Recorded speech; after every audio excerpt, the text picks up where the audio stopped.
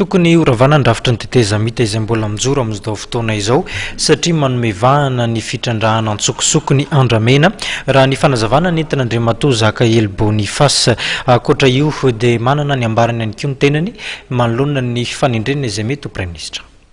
Mbola mitony fitrandrahana antsokosoko andramena any amin'ny distrika Mananaravaratra na dia nisy aza amin'ny fepetra samihafa izay napetraky ny fitondram-panjakana mikasika amin'ny famogorana izany araka ny tatra nataon'ny solombavam-baovaka teo aloha Zakahely Boniface. Tompona andraikitra tamin'ny fahazoana fanondranana andramena vahana ny tetezamita ary everiny fa fotoana tokony hanovana ny androm-panjakana tamin'ny tetezamita ho lasa rafitra tena repoblika izao. Ka resaka banderole zany dia ahoana moa no tsy baranahiny le izy satria ny tompony tsy maharo ny fanagnany. Nizay valalamboa tokony tsy tia kanefa avaona ka navola nafa zavatra rehetra impiry za zay teny tamin'ny télé na tamin'ny radio hoe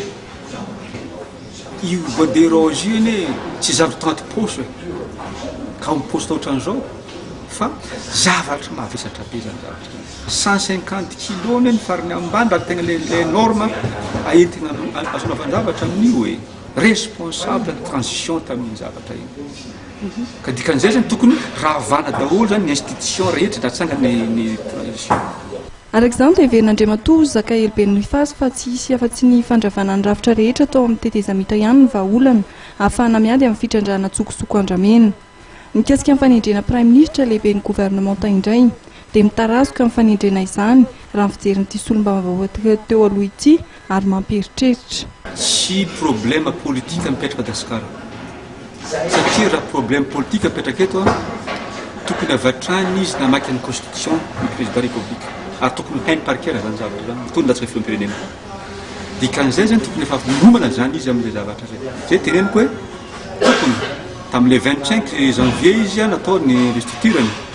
tokony farafatarany 1er février tany Praiministra izy fa zany tsy dia problème zany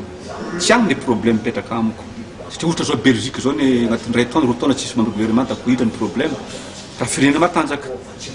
fa ny firenena mahandro Madagasikara dia lasa mipieritreritra zavatra hafa le izy satria tany amin'ny province izy no lany fa tsy Antananarivo izay falaliany tany amin'ny province zay no automatique amin'ny politique resaka juridisme avatrany tokony hanendry le olona avy any amin'ny province zany izy mba équilibrena amin'le izy ary zay koa ny zavatra fanarany tety Madagasikara tahatra amin'izay